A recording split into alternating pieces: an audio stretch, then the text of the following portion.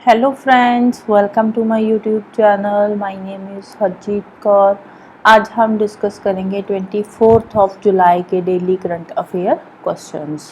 तो अगर आपको इस पर्टिकुलर लेक्चर की पीडीएफ चाहिए तो उसके लिए आप मेरा टेलीग्राम चैनल भी ज्वाइन कर सकते हो, जिसका लिंक आपको नीचे डिस्क्रिप्शन बॉक्स में मिल जाएगा। तो शुरू करते हैं। सबसे पहले देखते हैं इम्पॉर्टेंट डेज। 23 ऑफ जुलाई की बात करते हैं। 23 ऑफ जुलाई को आता है national broadcasting day. National broadcasting day 23 of July को ही क्यों मनाया जाता है? क्योंकि इसी दिन इंडियन ब्रॉडकास्टिंग कंपनी जो थी वो इस्टेब्लिश हुई थी। इंडियन ब्रॉडकास्टिंग कंपनी इस्टेब्लिश हुई थी 23 ऑफ जुलाई 1927 के अंदर। राइट, इससे पहले भी रेडियो ब्रॉडकास्टिंग होती थी, लेकिन जो फॉर्मल एक सिस्टम था ब्रॉडकास्टिंग का, जो कंपनी थी इंडियन ब्रॉडकास्टिंग कंपनी, ये इस्टेब्लिश हुई थी 23 ऑफ जुलाई 1927 को। इससे पहले 1923 से 23-4 के आसपास जो ब्रॉडकास्टिंग था वो शुरू हो चुका था। आज की डेट की बात करें करंट सिनेरियो की, तो ऑल इंडिया रेडियो जो है उस पे 591 स्टेशंस चलते हैं। कितने स्टेशंस चल रहे हैं? 591। और इंडिया की 98% पॉपुलेशन जो है वहां तक ऑल इंडिया रेडियो पहुंच चुका है। और ये जो ब्रॉडकास्टिंग होती है ये होती है टोटल 23 लैंग्वेज के अंदर और 146 डायलेक्ट्स में। राइट, नेक्स्ट बात करते हैं शिक्षा सप्ताह की। अभी जो है ये चल रहा है शिक्षा सप्ताह।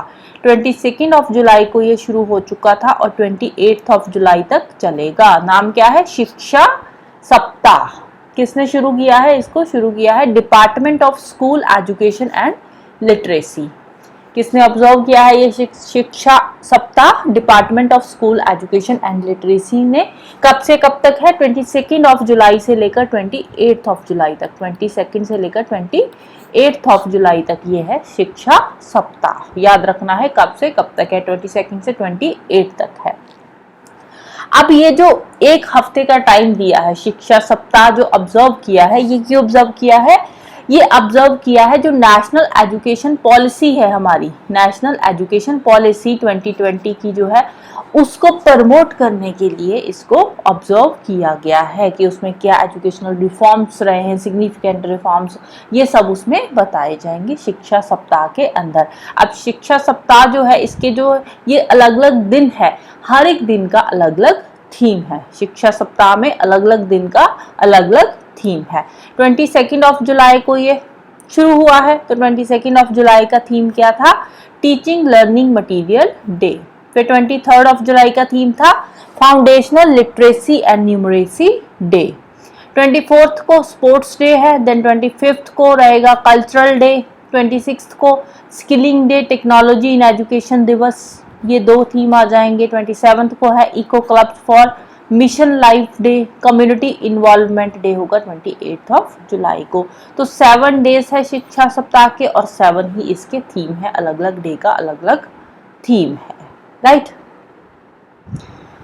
नेक्स्ट चलते हैं क्वेश्चंस पे। आज का फर्स्ट क्वेश्चन है the book wings to our hopes volume 1। नाम क्या है बुक का? Wings to our hopes volume 1। तो ये क्या बुक है? ये किससे रिलेटेड है? ये बुक जो है ये कंपाइलेशन है स्पीचेस का, कंपाइलेशन ऑफ स्पीचेस। किसकी स्पीचेस को कंपाइल करके इस बुक के अंदर जो है दिया गया है। Wings of our hopes volume 1, first volume अभी रिलीज हुआ है, बाकी धीरे धीरे बाकी के वॉल्यूम्स भी आएंगे। तो ये जो है, ये जो हमारे प्रेसिडेंट साहब है, कौन है हमारे प्रेसिडेंट? द्रौपदी मुर्मू जी।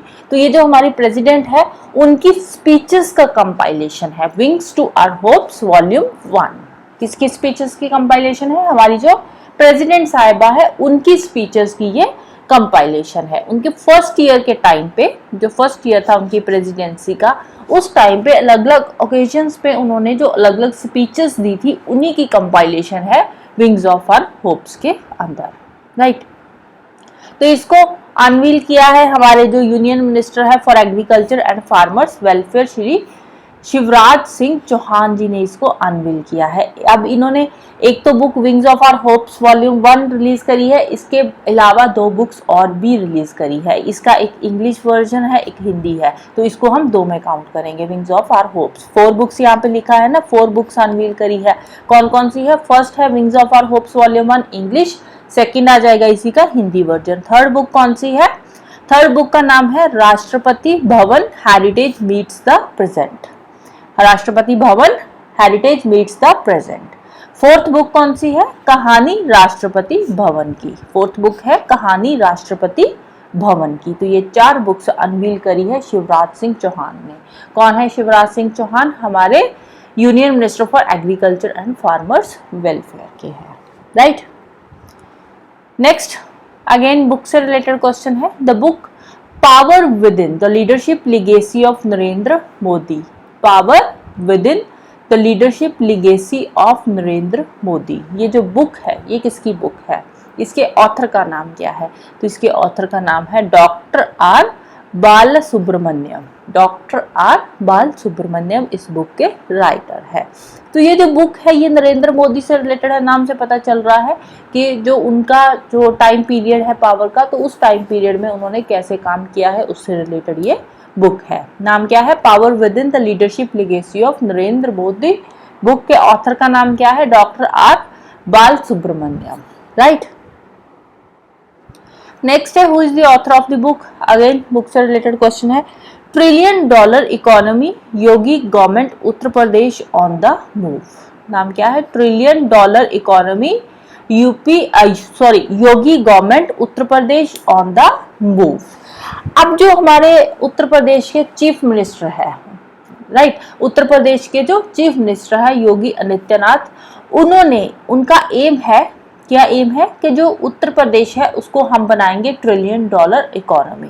2022 से लेकर 2027 का जो टाइम पीरियड है, इसी टाइम पीरियड के बीच में ये जो 5 इयर्स का टाइम पीरियड है, 5 इयर्स का टाइम पीरियड है, इन 5 इयर्स के अंदर हम यूपी को ट्रिलियन डॉलर इकोनॉमी बनाएंगे। तो उसी से रिलेटेड ये बुक है कि कैसे यूपी काम कर रही है। Yogi government Uttar Pradesh on the move. तो इसके राइटर कौन है? बुक के राइटर का नाम है डॉक्टर शीलवंत सिंह। डॉक्टर शीलवंत सिंह इसके राइटर है। अब इस बुक का एक हिंदी वर्जन भी है, एक इंग्लिश वर्जन है, एक हिंदी वर्जन है। जो हिंदी वर्जन है उसका नाम क्या है? उसका नाम है ट्रिलियन डॉलर इकोनॉमी अब नहीं रुकेगा उत्तर प्रदेश, राइट, अब नहीं रुकेगा उत्तर प्रदेश। नेक्स्ट है where is India first overseas Jan Aushadhi केंद्र इनॉग्रेट्स। इंडिया का पहला ओवरसीज मतलब जो किसी दूसरी कंट्री में है, जन औषधि केंद्र। इंडिया का पहला जन औषधि केंद्र जो किसी दूसरी कंट्री में ओपन किया गया है, तो वो कहाँ पे, कौन सी कंट्री के अंदर उसकी इनॉग्रेशन हुई है जन औषधि केंद्र की?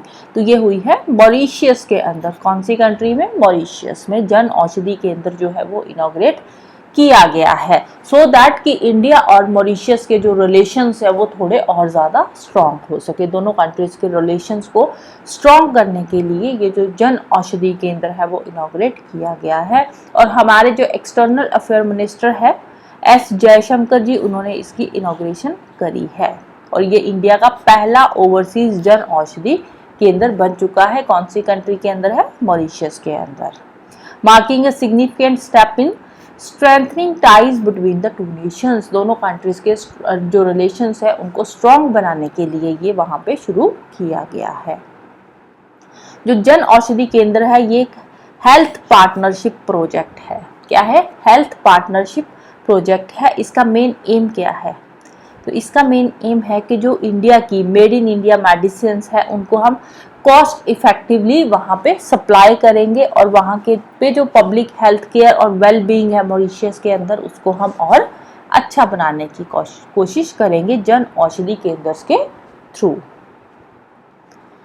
नेक्स्ट है who has been appointed as the deputy chief of Congress. Congress के डिप्टी चीफ कौन अपॉइंट किए गए हैं? एक होते हैं चीफ और उसके नीचे की जो पोजीशन होती है वो होती है डिप्टी चीफ की। चीफ कौन है कांग्रेस के? कांग्रेस के जो चीफ हैं वो है राहुल गांधी, राइट। चीफ कौन है? राहुल गांधी, लोकसभा के। राइट। जो लोकसभा के लीडर है अपोजिशन के, तो वो है राहुल गांधी। और जो राज्यसभा के अपोजिशन के लीडर है, जिनको बोलते हैं चीफ, तो वो कौन है अपोजिशन के चीफ या कांग्रेस के चीफ? वो है मल्लिकार्जुन खड़गे। मल्लिकार्जुन खड़गे ये है राज्यसभा के चीफ, राइट। राज्यसभा में कांग्रेस के जो चीफ है, या ऑपोजिशन के बोलो या कांग्रेस के जो चीफ है, मल्लिकार्जुन खड़गे जो है ये राज्यसभा के ऑपोजिशन के चीफ है, कांग्रेस के चीफ है। और लोकसभा के चीफ कौन है? राहुल गांधी है। अब यहाँ पे हमें क्वेश्चन पूछा है डेप्यूटी चीफ। डेप्यूटी चीफ कौन बने हैं? ये बने हैं गौरव गंगई। गौरव गंगई बने हैं डेप्यूटी चीफ लोकसभा के। लोकसभा के डेप्यूटी चीफ बने हैं गौरव गंगई। ये रीअपॉइंट हुए हैं, पहले भी यही थे डेप्यूटी चीफ, अब दोबारा से फिर से यही बने हैं, राइट। फिर कोडिकुनिल सुरेश, ये कौन है कोडिकुनिल सुरेश? ये बने हैं चीफ विप। ये कौन बने हैं? Chief whip. चीफ विप कौन बने हैं? कोडिकुनिल सुरेश। विप क्या होती है? विप होती है कि जब किसी मुद्दे पे जैसे डिस्कशन होती है तो जितने भी मेंबर्स होते हैं उनको विप इशू करी जाती है, राइट। अपनी पार्टी के जो मेंबर्स हैं उनको विप इशू करी जाती है कि आप आओ और आकर वोटिंग दो।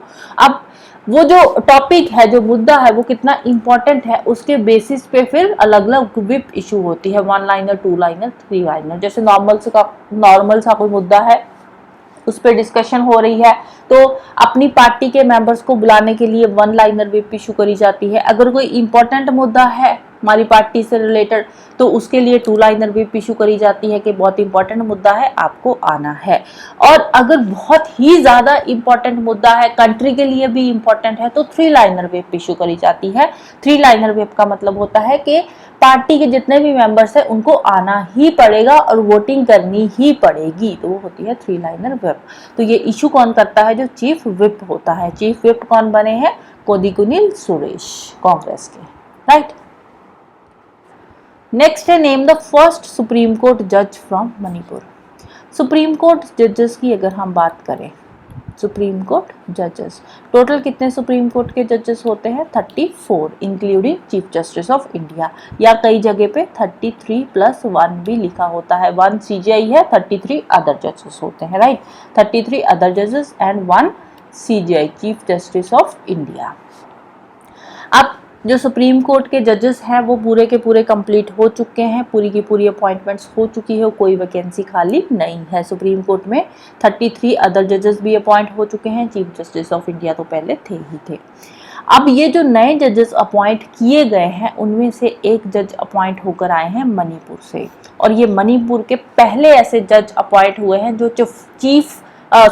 सुप्रीम कोर्ट के जज बने हैं। अब तक सुप्रीम कोर्ट का जो जज है मणिपुर से कोई भी अपॉइंट होकर नहीं आया। मणिपुर का कोई भी जज जो है वो सुप्रीम कोर्ट का जज नहीं बना। पहली बार ऐसा हुआ है कि मणिपुर का जज सुप्रीम कोर्ट का जज बना है। उसका नाम क्या है?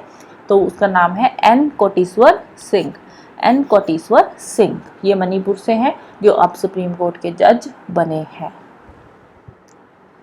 नेक्स्ट है name the first women director general of CSIR, council of scientific and industrial research. इसकी पहली विमेन डायरेक्टर जनरल का नाम क्या है? इसकी पहली विमेन डायरेक्टर जनरल है एन क्लाइसेल्वी। एन क्लाइसेल्वी है first female director general of CSIR। ये पहले ही अपॉइंट हो चुकी थी, अभी रिसेंटली न्यूज़ में है। क्यों? क्योंकि अभी इनको 2 इयर्स का एक्सटेंशन मिला है, 2 साल का एक्सटेंशन मिला है, इसीलिए ये न्यूज़ में है। तो पूछा जा सकता है कि पहली फीमेल डायरेक्टर जनरल कौन है CSIR की? तो नाम है एन क्लाइसेल्वी। नेक्स्ट है डॉक्टर MS वलियाथन। MS वलियाथन रिसेंटली इनकी डेथ हो चुकी है। वह who passed away recently is a famous.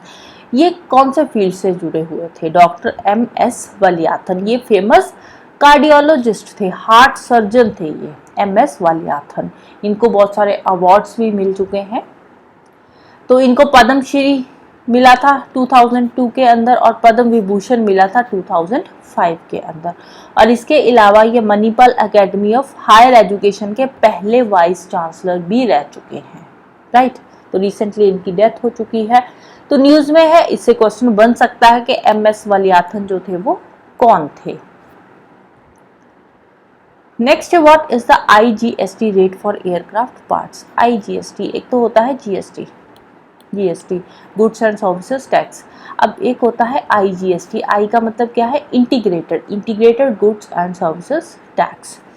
अब एयरक्राफ्ट पार्ट्स पे जो आईजीएसटी है वो रिवाइज किया गया है। अब जो एयरक्राफ्ट पार्ट्स है, पार्ट्स मतलब अलग अलग पार्ट्स जो है वो इकट्ठे करके उनको असेंबल किया जाता है, जैसे व्हील्स हो गए एयरक्राफ्ट के, इंजन पार्ट्स हो गए, इंजन के भी अलग अलग पार्ट्स होते हैं, बॉडी पार्ट्स हो गए, तो उन सबको इकट्ठा करके उनको असेंबल किया जाता है। तो पहले क्या होता था, पहले जो अलग अलग पार्ट्स थे उन सब पे अलग अलग जीएसटी होता था, लेकिन अब ये जो जीएसटी है, आईजीएसटी है, इंटीग्रेटेड जीएसटी है एयरक्राफ्ट पार्ट्स पे, वो सेम कर दिया गया है, यूनिफॉर्म कर दिया गया है। यूनिफॉर्म कितने परसेंट किया है, 5%, कि अब जो एयरक्राफ्ट के पार्ट्स है, कोई भी इंजन पार्ट्स हैं या बॉडी पार्ट्स हैं या व्हील्स हैं, उन सब पे सेम जो है जीएसटी रहेगा, इंटीग्रेटेड जीएसटी रहेगा। कितना रहेगा, 5% रहेगा। पहले हर एक पार्ट्स पे अलग अलग आईजीएसटी लगाया जाता था, राइट। नेक्स्ट है अमृत वृष्टि एफडी स्कीम। अमृत वृष्टि ये एक एफडी स्कीम है, 444 डेज की ये स्कीम है, राइट। 444 डेज की, 444 डेज की ये स्कीम है, एफडी स्कीम है। तो इस पे जो बेस रेट रहेगा, इस स्कीम पे जो बेस रेट रहेगा वो कितना रहेगा, 7.25% रहेगा।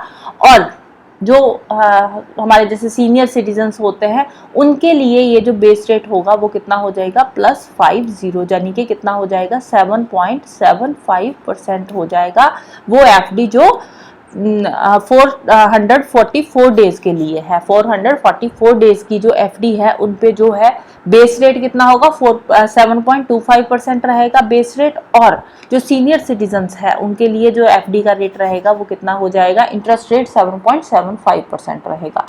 तो कौन सी बैंक की ये स्कीम है, अमृत वृष्टि एफडी स्कीम? तो ये है एसबीआई की, स्टेट बैंक ऑफ इंडिया ने ये अमृत वृष्टि एफडी स्कीम लेकर आई है कि जितने भी हमारे सिटीजन्स हैं उनके लिए अगर वो 444 डेज की एफडी करवाते हैं तो उन पे बेस रेट 7.25% रहेगा। अगर कोई सीनियर सिटीजन्स है तो उनके लिए जो इंटरेस्ट रेट रहेगा एफडी पे 7.75% का रहेगा, राइट। नेक्स्ट है, what is the predicted growth rate of India for financial year 2025 by the IMF, international monetary fund ने इंडिया का ग्रोथ रेट प्रेडिक्ट किया है। कितना किया है? तो इनका मानना है कि 2025 तक इंडिया का जो ग्रोथ रेट है वो कितना होगा, 2025 में 7% रहेगा। हमारे आरबीआई की प्रेडिक्शन क्या कहती है? आरबीआई की प्रेडिक्शन के अकॉर्डिंग इंडिया का जो ग्रोथ रेट है वो हो जाएगा 7.2%। कितना होगा 2025 में? 7.2%। इससे पहले वर्ल्ड बैंक की भी एक प्रेडिक्शन आई थी जिसके अकॉर्डिंग इंडिया का जो ग्रोथ रेट था, वर्ल्ड बैंक ने बोला था कि 6.6% होगा 2025 में। अब IMF का जो रिसेंटली आया है उसके अकॉर्डिंग 7% होगा इंडिया का प्रेडिक्टेड ग्रोथ रेट 2025 में। नेक्स्ट है लाडका भाऊ स्कीम। पहले आई थी लाडकी बहन स्कीम। कौन सी स्कीम आई थी पहले? लाडकी बहन स्कीम। लाडकी बहन स्कीम आई थी। अब उसके बाद आई है लाडका भाऊ स्कीम। कौन सी स्टेट की है ये? ये है महाराष्ट्र स्टेट की। लाडकी बहन स्कीम में क्या था कि वो लड़कियां जिनकी एज 21 से लेकर 60 ईयर्स की है तो उनको मंथली स्टाइपेंड दिया जाएगा 1500 रुपए का, राइट। 1500 रुपए उनको मंथली दिए जाएंगे। जो विडो है, अनमैरिड है, उनको ये जो है बेनिफिट दिया जाएगा लाडकी बहन स्कीम के अंदर। अब सेम स्टेट में आई है लाडका भाऊ स्कीम। लाडका भाऊ स्कीम में क्या है? तो महाराष्ट्र के जो चीफ मिनिस्टर है एकनाथ शिंदे, उन्होंने ये लाडका भाऊ स्कीम अनाउंस करी है। किसके लिए? जो जॉब ट्रेनिंग ले रहे हैं उनके लिए है। जो जॉब ट्रेनिंग ले रहे हैं उनके लिए ये स्कीम है। तो उन लोगों को स्टाइपेंड दिया जाएगा, एनुअल स्टाइपेंड दिया जाएगा। कितना दिया जाएगा? जो 12th पास है उनको एनुअली 6000 रुपीज मिलेंगे, डिप्लोमा होल्डर्स को 8000 मिलेंगे और जो बैचलर्स डिग्री करने के बाद ट्रेनिंग ले रहे हैं उनको 10,000 पर एनम स्टाइपेंड जो है वो दिया जाएगा गवर्नमेंट की तरफ से दिया जाएगा। जो किसी भी इंडस्ट्री में ऑन जॉब ट्रेनिंग ले रहे हैं, जो ट्रेनिंग ले रहे हैं उनको ये स्टाइपेंड दिया जाएगा अंडर लाडका भाऊ योजना। नेक्स्ट है, which states power transmission company awarded Skoch gold award, Skoch gold award. ये कौन सी स्टेट को रिसेंटली मिला है? स्टेट की पावर ट्रांसमिशन कंपनी को मिला है। तो ये मिला है बिहार स्टेट की, Bihar state power transmission company limited को ये मिला है स्कॉच गोल्ड अवार्ड। क्यों मिला है? क्योंकि इन्होंने सक्सेसफुली इम्प्लीमेंट किया है समस्त प्रोजेक्ट को। जो समस्त प्रोजेक्ट है इसको सक्सेसफुली इम्प्लीमेंट किया है बिहार स्टेट ने, इसके सारे मॉड्यूल्स को इम्प्लीमेंट कर चुकी है बिहार स्टेट। समस्त प्रोजेक्ट की फुल फॉर्म क्या है? Scheduling, accounting, metering and settlement of transactions. तो इसके समस्त प्रोजेक्ट के सारे मॉड्यूल्स को सक्सेसफुली बिहार स्टेट इम्प्लीमेंट कर चुकी है, तो इसीलिए इनको मिला है Skoch gold award, right? So that's all for today. Hope you like this video. Thank you. Bye bye. Have a nice day.